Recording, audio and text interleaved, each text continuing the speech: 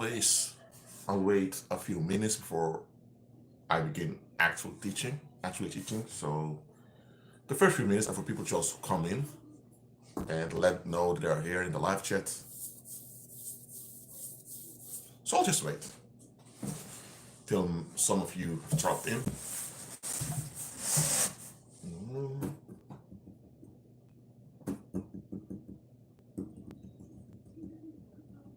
Let's see. I'll just wait like 4 minutes before I begin.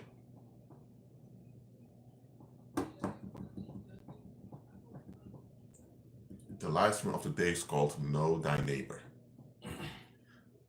Thine is the second person, singular in English, but the second person, plural, you is what's also used today for a single individual. So the words thy or thou and all of that conjugation is often used to signify something archaic or something spiritual. So that's why the title is Know Thy Neighbor. Know thy neighbor. That's the topic of the day. If you're here, let me know in the live chat, please. Let me know if you can hear me clearly. Thank you very much. I'll wait. Let me know in the live chat when you're here.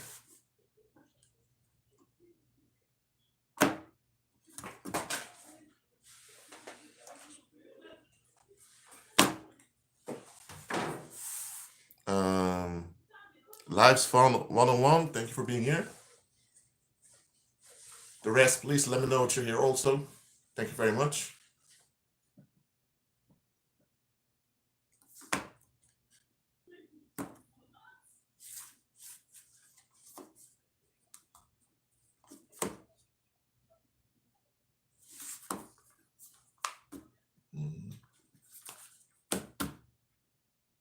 All right. So, I can still wait a few minutes before I begin, so that's not a problem. Know thy neighbor. How many of you know your neighbors? I'm not just talking about people that live next door or people that live above you or below you in a flat complex. I'm talking about the people around your environment. Do you know your environment? This is a question for you. All right.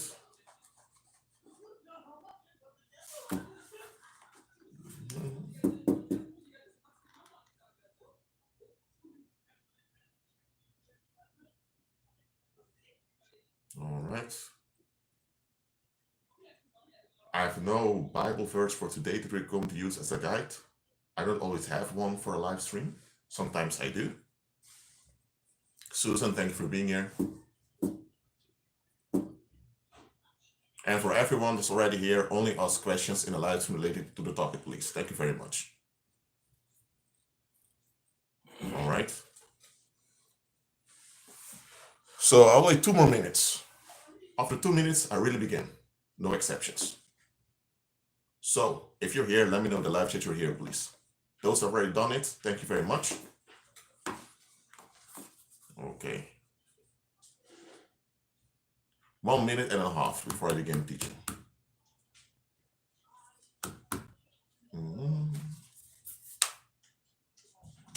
So, okay.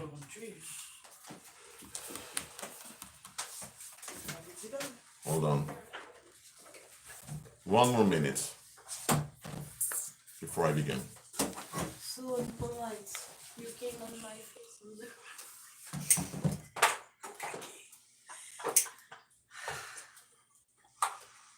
The only right way to do it. Because you did it on my hair. And this is So, okay. That's true. 1.5 minutes.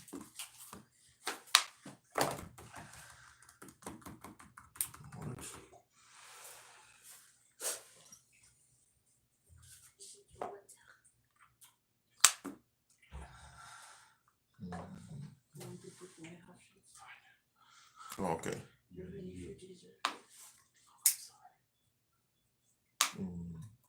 sure it doesn't go on your head. All right. I'll begin now. The topic of this live stream is Know Thy Neighbor. Now, what is a neighbor? Chippy's, I'm not Chippy, the curly girl, thanks for being here. Your neighbor is simply everyone that's in your surroundings, where you reside or where you live. We know that. We know the dictionary example of what a neighbor is. A lot of folks take the narrow definition to just people that live exactly next door or above or below them in a flat complex. Others have a more extended definition, which is everyone in the street or in the block or of the same town or of the same district of a city. So your neighbors are those that not only are they around you, they're not only around you, but they're also the ones influencing you. Okay, so your neighbors also have an influence and an impact on you, because you are a vulnerable, fragile spirit creature as a human being. So your environment is always a factor when it comes to you. There are those that think that the environment is not a factor because they've graduated out of it. It's not possible. You will always be a vulnerable, fragile spirit creature. So other vulnerable, fragile spirit creatures around you together become a factor in how things go with you. If the environment is negatively laden, it will affect you in a bad way. If the environment is positively charged, it will benefit you. So your environment is always a factor in your well-being, always. So knowing that the environment is always a factor in your well-being, that implies that it's important to know your environment, to know what you're dealing with. Now, this is natural sense, also common sense. This is just simple math, but this is the simple math that most people don't do. Too many people are focused on what they want, and they focus on the smooth and getting things done, not paying attention at all to the environment where they operate, nor the environment in which things take place. Look, if you want to go skiing, you shouldn't go to Florida, the state of Florida, in the US state of Florida. If you want to go skiing, you may want to go to Alaska. Or you may want to go to some US state more in the north where it's colder through the winter. If you want to go on a surfing holiday, you don't go to Scotland. You can better go to Costa del Sol in Spain or somewhere where in Italy in the Mediterranean. So when it comes to holiday activities, we know that environment matters. If someone tells you that they are going on a skiing holiday, but it's somewhere in Niger. Niger is this desert country in the west of Africa. People are going to think, okay, this individual is out of his or her mind, because the country Niger is a desert country. There are no icy landscapes over there, so how are they going to ski over there? So the environment matters for what you want to do and what you want to accomplish.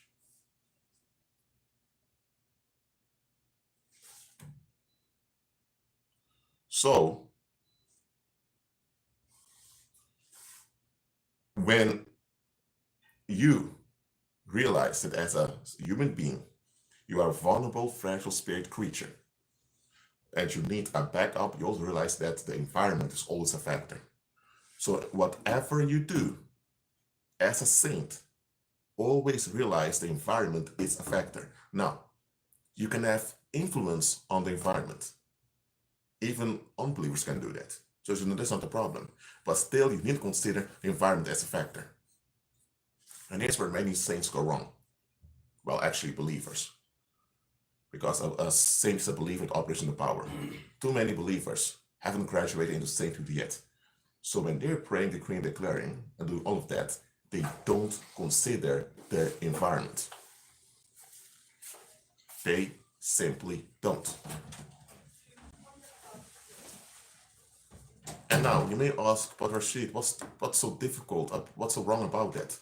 Well, it's quite wrong.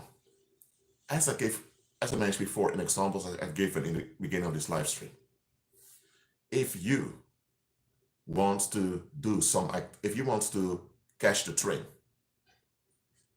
to travel through from one destination to another, that's cool. But there must be a railway network in operation for you to take the train. If you want to take the train from Fukuoka in Japan all the way to Tokyo, the capital of Japan, that's fine. There's a high-speed railway available, and there are also smaller railways that you can pick between. So it's possible. If you are in Central America and you want to take the railway from one point of Central America, let's say Jutiapa in the Republic of Guatemala, all the way to Costa Rica and its capital San Jose, now there's an issue because there is no railway system between those points, and not even between, there are no effective railways there. So if you want to travel through Japan, then you can always consider the railway an option. If you travel through Central America, you should not consider railways. What if you have someone who's so used to taking the train and they want to go to Central America and they want to make a train trip? If you tell any tourist agent this, they're going to be shocked, thinking, sir, you do realize that Central America consists out of third world republics and that they barely have any effective railways, do you? You do know that the infrastructure is quite bad over there compared to where you're from, and that you have to take buses, and the buses can be expensive and may take long, or you need to take an airplane between the areas. And remember also, when you cross the borders between Honduras, Nicaragua, and El Salvador, you may need to pay some taxes or to enter and leave the country. So if you want to travel to Central America, you need to consider the place and what goes on in the place before you plan your trip, before you actually do your trip. Because let's say now you have money on your debit card and you're about to cross the border between El Salvador and Honduras, but then you realize, oh, you need to pay taxes at the border. You think, which taxes? And here's the thing, you're at the border now with your debit card, but you don't accept debit cards because their transaction system, the financial system is quite bad. So now you just need to travel all the way back to some gas station in El Salvador, which takes maybe an hour to withdraw some cash in dollars and also to go back, in order to go back to the border to pay.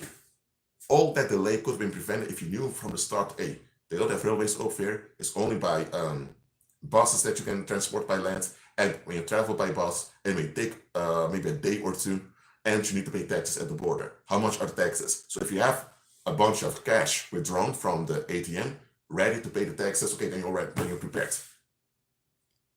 So you need to consider all of that.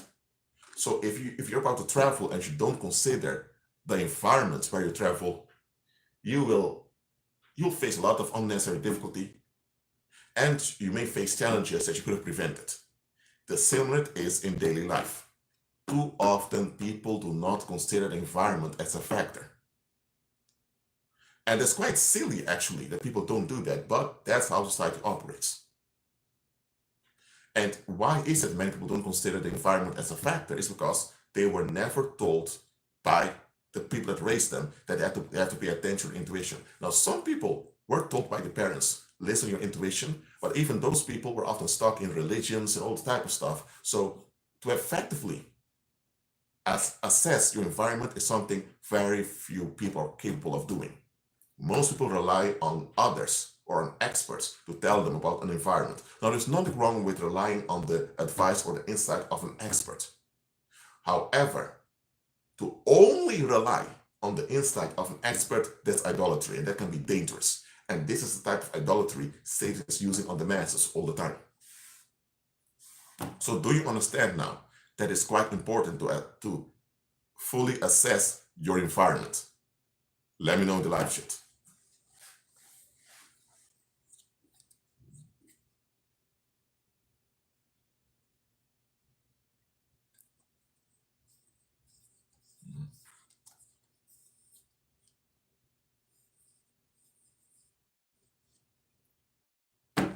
right, does the rest understand it also?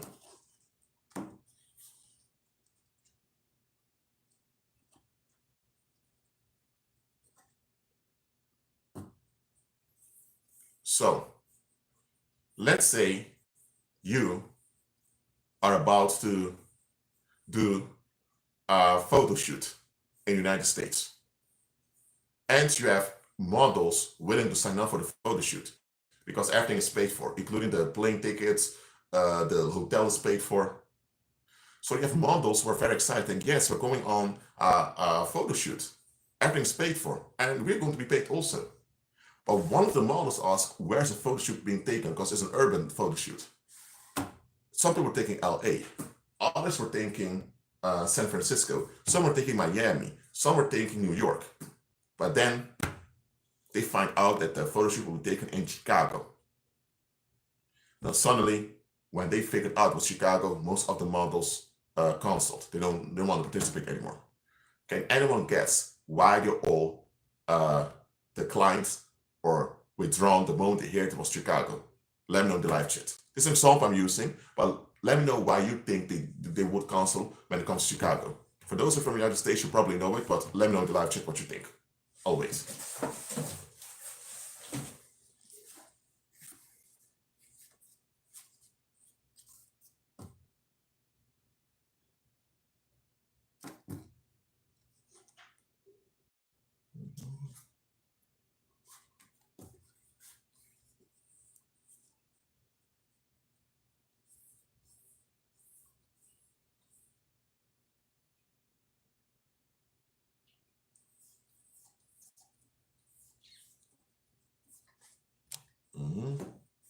Why do you think they all canceled or withdrawn the moment they heard it was Chicago?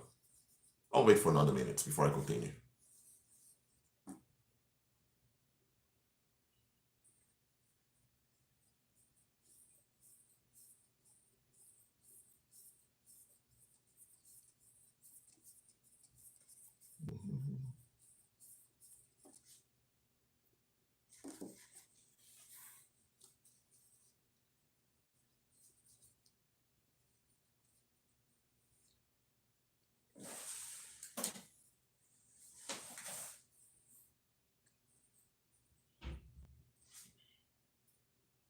All right. I haven't received any answers about it yet.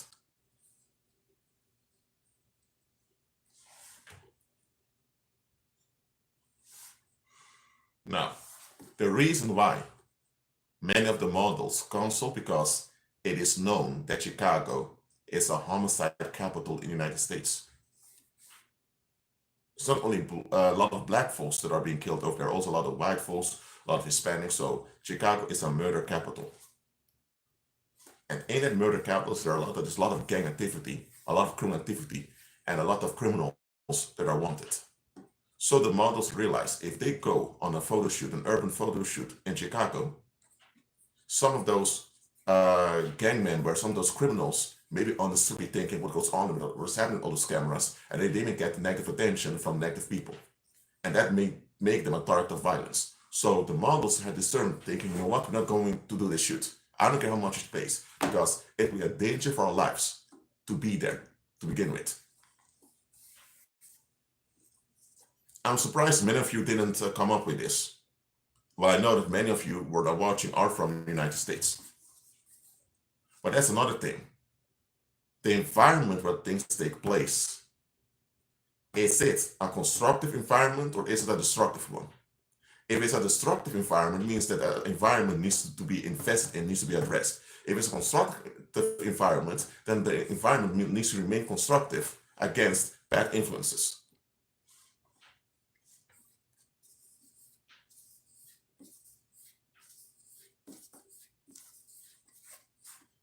So, when you consider your environment, you will be ahead in life as a saint. Too many believers never graduate into sainthood. Too many believers are stuck in patterns of failure. Too many believers are stuck, really, they don't get ahead. And they're stuck for decades. You know why? Because they do not consider the environment as a factor.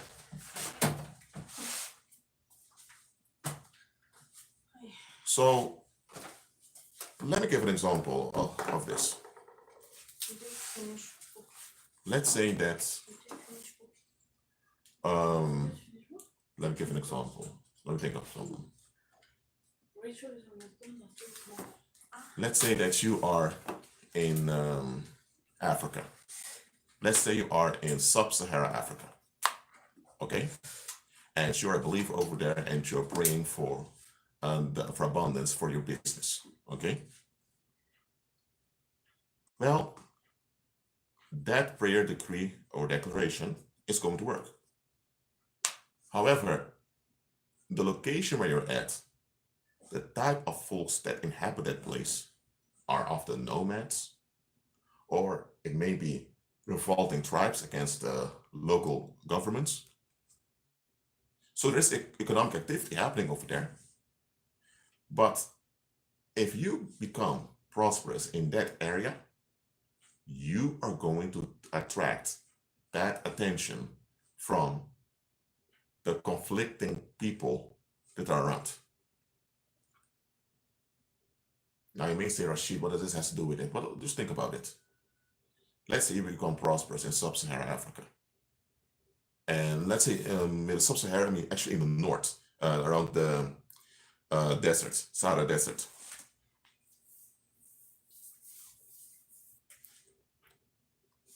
What happens then is that there's a lot of terrorist activity going on in that area also, till this day. So if you gain any form of leverage, financial leverage in that area, others are going to associate you and your prosperity with the terrorist activity and separatism that goes on in that area. Very simple. If you prosper in Lagos, Nigeria, which is an urban port, where there's a lot of international trade, then your prosperity will be associated with urban trade. So then there's less stigma surrounding your prosperity. A similar way, if you have a business, or if you gain a leverage and you're in the south of Italy, where you have mob families competing with one another, because the south of Italy has such a bad reputation, you prospering over there will get the attention of those criminal syndicates. And sooner or later, people may be frightened of being involved with you because of the location where you prosper. Now, I'm not saying that you cannot prosper or that you shouldn't prosper in a location that's a bit contested. I'm not saying that at all. What I'm saying is you need to be aware that that will be a factor that you need to consider. Some of you have been praying, decreeing, and declaring for months, and you think, why doesn't something happen? Well, things are happening. If it's a financial increase you've been decreeing and declaring, it can be that you have business investors who have encountered your website and they've seen your ideas and they're willing to drop the cash. They're willing to do it. Your prayers, decrees, and declaration are working, but they're willing to do it, but at the same time, they have a financial advisor or a PR advisor that looks into the matter and says, no, do not invest in this woman. First of all, we don't know who she's associated with. She is from this neighborhood where there's a lot of drug trafficking and human trafficking going on. Even if she's a very clean and trustworthy individual, she will become the target of all those bad people once we sponsor money into her. And we may set her up to be killed, so we don't want that. And if she's not a trustworthy individual, because she's still connected to bad people, and we sponsor her, then we'll be sponsoring criminal or terrorist activity. And once that happens, and the cash we pump into her is used in a bad way, we will suffer reputation loss and we will suffer harm also. And here's the thing, you are trustworthy because you serve Christ, but you're still connected to people in your life who are keeping you back, who are sabotaging you. And outsiders can see this. And that's why outsiders are thinking, you know what, let's wait. Or you know what, let's not do this. So it's not that your prayer to Christian declarations don't work. It is that you have not considered the environment as a factor. So some of those unanswered prayers aren't really rejections. They're just delays for you to reconsider what is going on. Okay, so do you understand what I've just explained? Let me know in the live chat.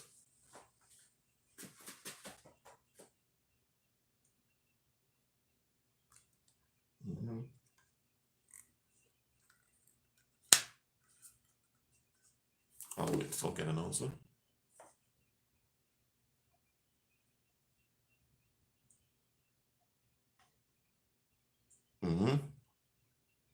So that is why, as I mentioned before, in some of my earlier live streams, I've been making many live streams lately. So, but I've mentioned repeatedly in the live streams I've been making that we need to be humble to receive feedback from the Holy Spirit. We need to be able to do that. Let's say now, because listen, I'm talking to saints now, those are operating in the power. If you're just a believer, you haven't graduated in sainthood yet, graduate. Saints, listen. The Heavenly Father wants us to be prosperous in the here and now. Okay, that's Heavenly Father's will. And let's say now that you are a believer and you are a farmer and you want to purchase more farmland in order to expand, and you have funds to do it. So you have a group of believers that came together, they put money aside, and you guys want to purchase a large plot of land to build your own village as believers. Let's say you want to do that. You want to build a new town for believers somewhere. And you all gathered money together to purchase a large plot of land, all the acres of land to do it. Okay. Let's say you all come together, all in prayer about it. Suddenly the Holy Spirit tells you, hold on, don't purchase the land. And you're all thinking, what? We've been doing this donation thing for a long time. We have over $2 million together now as a group of believers. We're able to purchase a large plot of land over there and to build our own town for believers, to have our own economic center. And we as believers need that. And the municipality or the local state or province is in agreement with it. But then the Holy Spirit tells you, don't purchase the land. So you don't purchase the land. You listen to the Holy Spirit. You let it go. 5 months later, some pagan corporation purchased the land and he built a factory over there. Now some people were thinking, why did the Holy Spirit tell us not to purchase the land? If we would have purchased the land, there would be a town in development for believers right now. But now this pagan corporation has taken it over, and now they're building a factory in which you will enslave people to work there. So you guys think, why did the Holy Spirit tell us not to purchase the land? And here it comes. Here it comes. That plot of land over there, it has some contamination in the soil.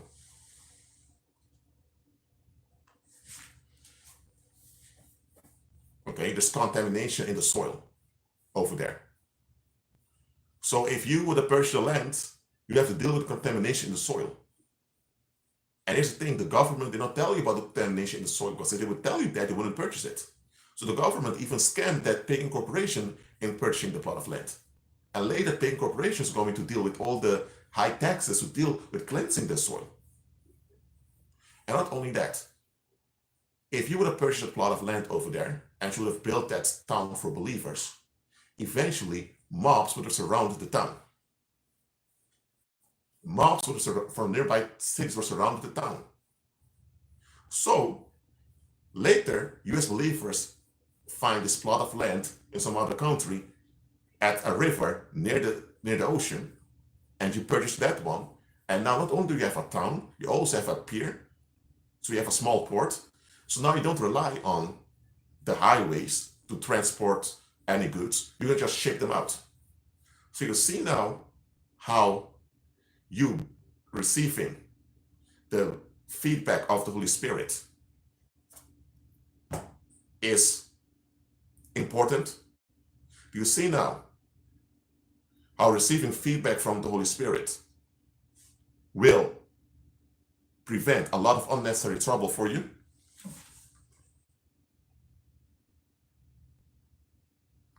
Too many people don't get sufficient feedback. And that's in the world. While most believers, too many believers, don't wait for the feedback of the Holy Spirit. Yes, when you walk by faith, you go out. You don't just sit on your lazy behind and expect things to fall out of the sky. You decree, you pray, decree, declare, you fast, you do all of that, and you do all your spiritual activity, and you confirm your spiritual activity by physical actions. So as a believer, you ought to be active, but you also must be willing to be redirected by the Holy Spirit.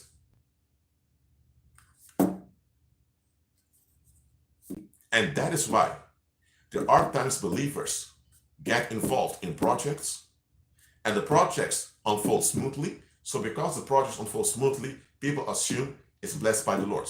But later, when the project has been completed, there are all those side effects that haunt them. And then we're going to think, but I thought that the Lord blessed this project. I thought the Lord was behind this. Now look at this. The Lord is behind the believers, but the Lord was not behind the project.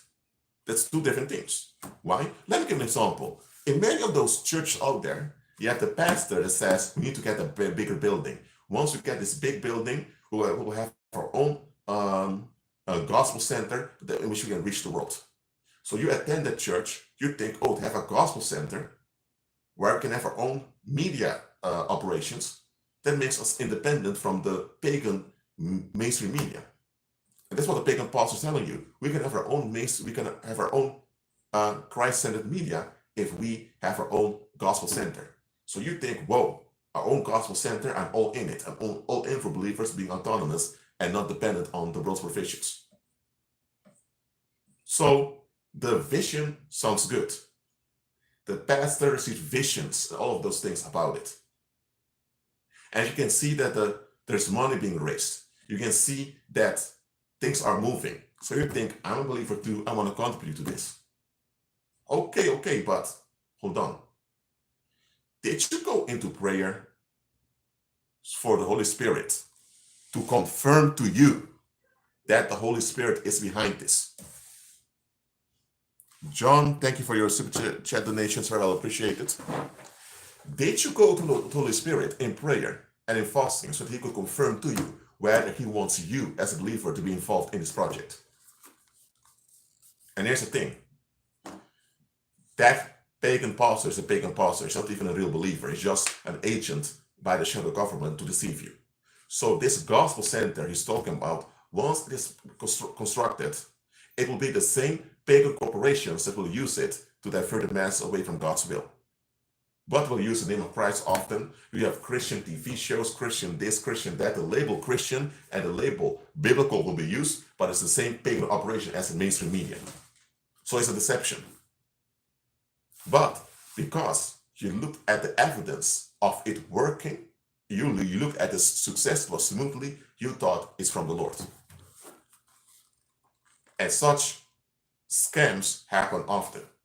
That you have pastors telling about this big building or this big project, and the believers are in that church are in agreement. And indeed, because the believers are in agreement, it works out. Because when human beings agree on something, they have an impact. Whether believers or unbelievers, when human beings together agree on something, they have an impact. So when believers together agree on something, there's an impact. Now hold on. So the believers agreed on something and had an impact. But the thing they agreed on was not God's will. Because that project they agreed on was not in their best interest as believers. So what those believers should have done was, okay, the pastor comes with all these projects to advance the spread of the gospel.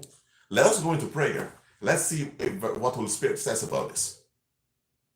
And there are believers doing this, and they end up leaving those pagan churches because they see quickly through what is going on.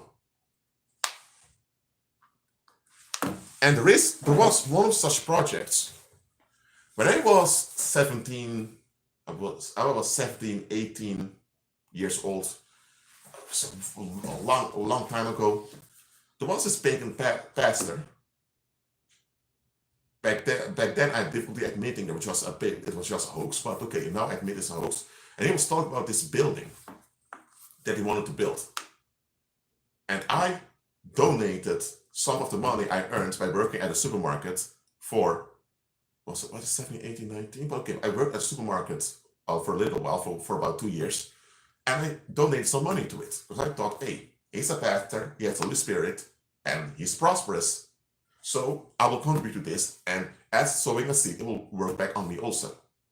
I ended up leaving that church very quickly after making a few donations because I noticed there was hostility that increased against me. I was thinking, why is there hostility against me? I left. I never went back. Later, that pagan pastor got that building. And here's the thing. That building was resisted by the locals. And one thing you need to know about the Netherlands, in the Netherlands, when the public revolts against something, the government tends to step back. Because in the Netherlands, you have this thing called the poldermodel. Poldermodel is a Dutch word. It's a model in which you make sure everyone feels like they're winning. It's a model in which you consider everyone's interest and make sure everyone feels like they're winning. It doesn't mean that everyone's desires are met. It doesn't mean that everyone gets what they want, but everyone has to feel like they're winning. That's the model how they govern the Netherlands. And that's how they managed to shut down many revolts. Because people psychologically feel like they're winning. When this pagan pastor announced that he would purchase a plot of land in that Dutch city, in an industrial era, a lot of people were resisting, saying this is not a cult coming over, we don't want this, but it went through anyway. I visited the new building a few times and looked a bit impressive, but I was thinking, hold on a minute.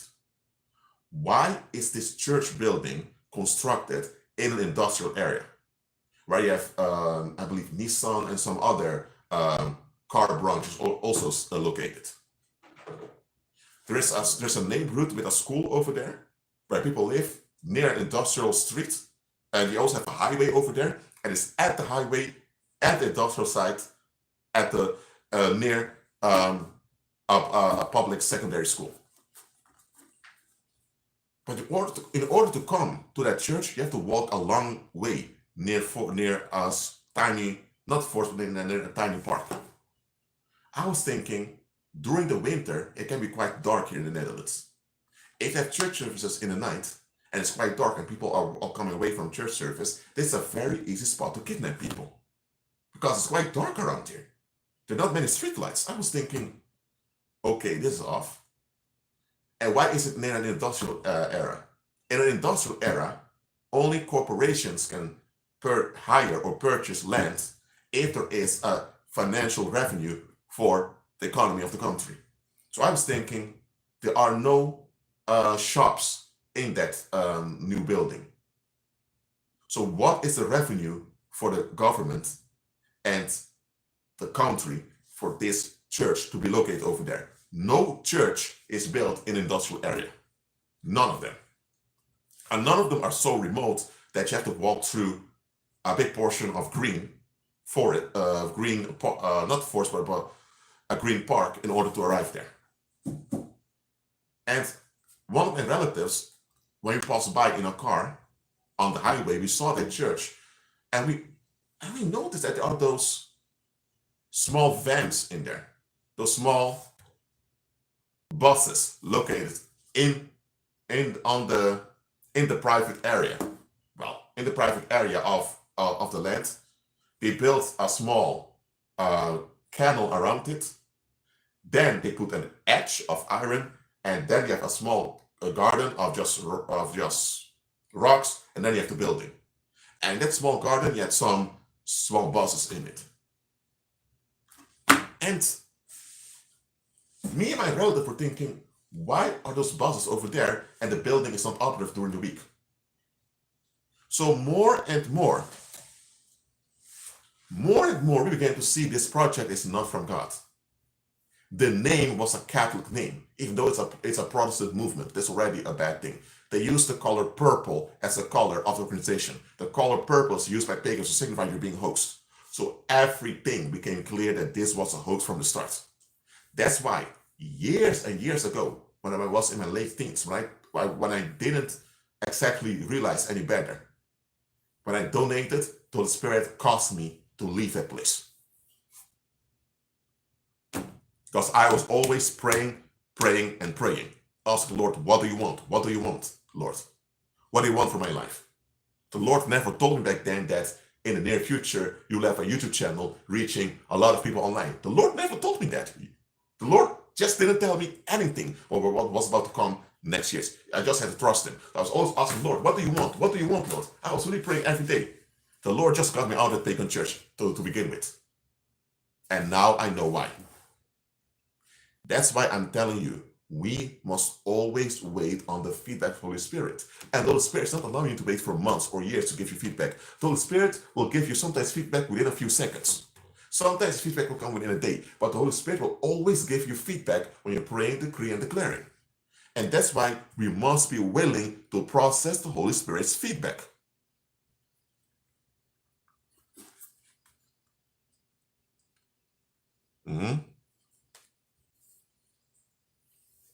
And those shares are energy portals indeed, portals for the paranormal. That's correct. So that is why we always must consider the environment a factor.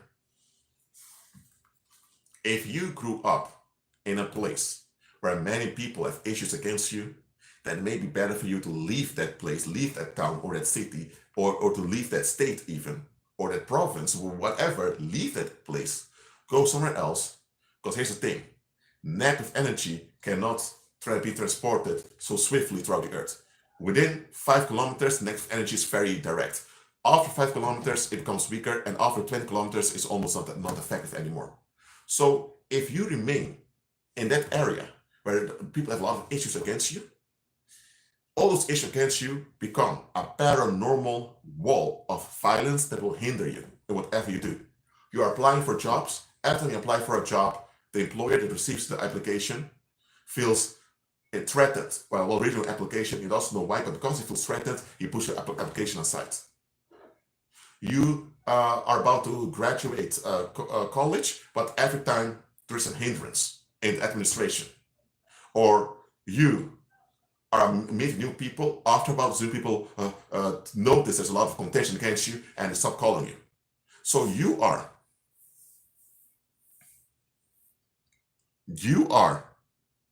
in an environment that is a disruptive factor to you, right? Because a lot of investment against you in that environment. You move out of, let's say you have this in Delaware, in Wilmington. Okay, in Wilmington, Delaware. As you move from Wilmington, Delaware to let's say Charleston. Now that you're in Charleston, a bit away, now that you're applying for jobs, not only do you get responses very quickly, but you also get feedback if you don't get a job. Now that you meet other people, people tend to want to stay around you. So you notice that there's a very big difference from where you were at before. So the environment is always a factor.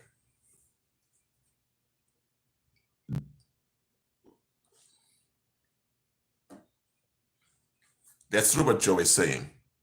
Places with energy portals are so hard to live in, and you may end up drinking a lot as in drunkenness. True.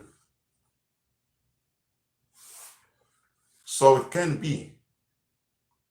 Look, if you have a town somewhere in the United States where there are many white supremacists living, would you, as a person of color, or as an Asian American, or as a Black American, even consider to rent a place over there? Likely not, because you know that you have the money to pay the rent. There's nothing wrong with that, but the place where you live, it will backfire on you. You know that. So you would prefer a more liberal-minded area to live because that's more practical and more safe for you. You will have less conflict. The same is spiritually. Always assess your environment. So assess your parents, your relatives, your so-called friends, your colleagues, the people you encounter in the streets. Assess the part of the city you live in. You don't have access to the whole city unless it's a mega city like Tokyo or New York or whatever, but assess the place you're in. Go to Google Maps, type in your address, or if you have Wi-Fi, it will pick up your location anyway, and just check around you. How many restaurants are there? How many banks are there? How many warehouses are there? How many churches are there? How many religious institutions are there? Just take Google Maps one day and check your environment to see what's all around you.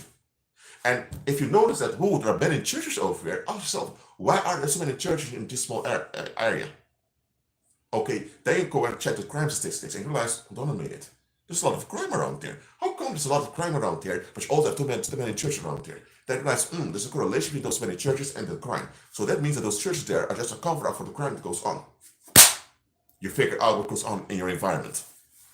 So now you know that you need to avoid involvement in those churches because those churches are suspect. Do you understand the example I just gave to you?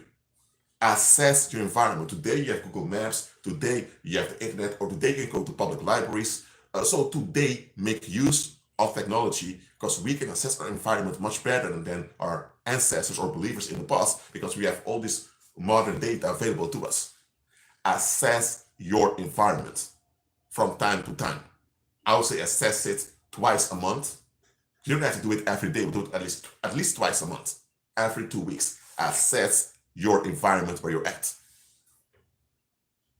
Because here's the deal.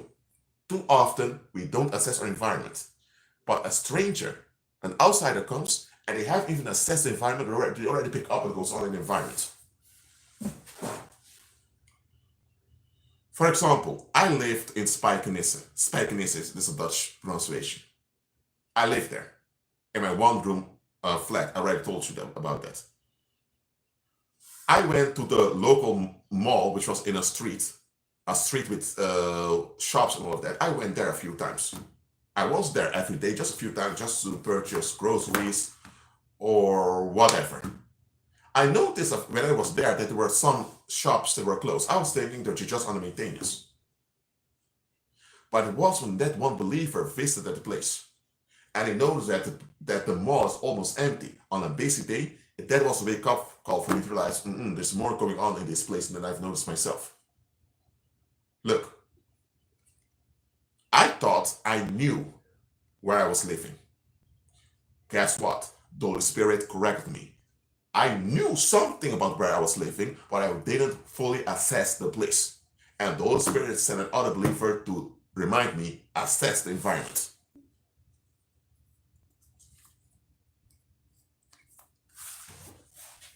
So the Holy Spirit gave me feedback, assess your environment. So when I was about to move to The Hague, I assessed the environment where I was to come. And I anticipated whatever was going on, and while I lived there, I was completely at peace, despite that the environment was troublesome.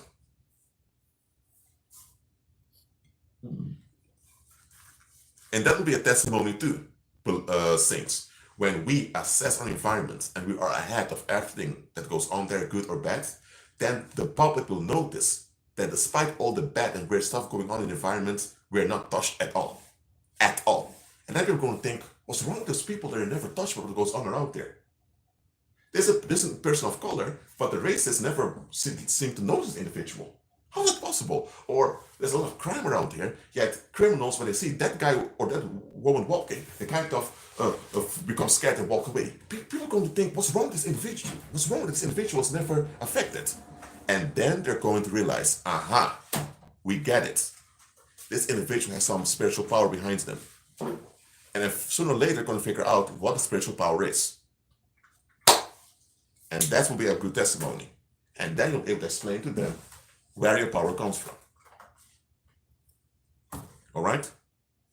So, that's why the environment is a key. That's why we need to know our neighbors. We need to know the environment and we need to assess our environments. When we do that, we are ahead. We are called to be wise as serpents and innocent as doves.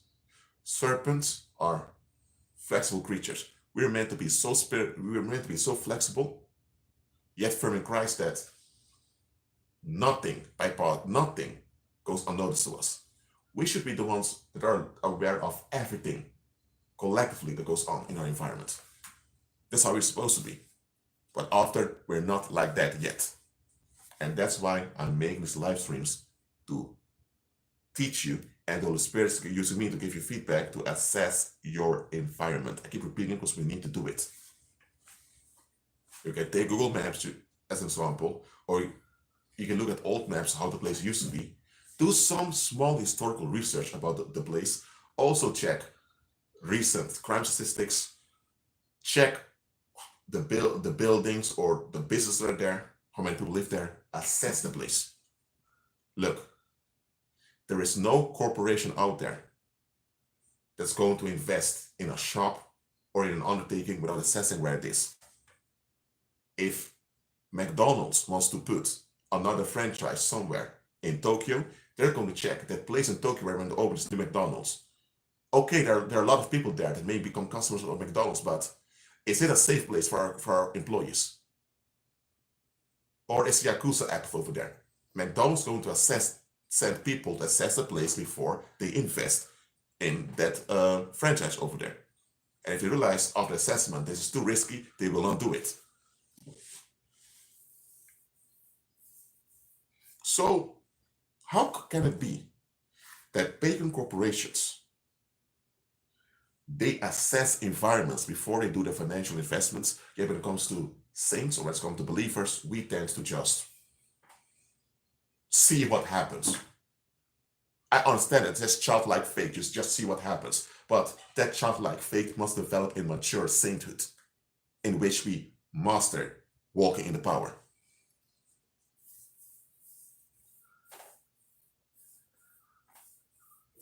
So, always assess the environment. And in coming live streams, I'll talk more about this. For now, keep on agreeing with Christ, saints, and be at peace. Thank you.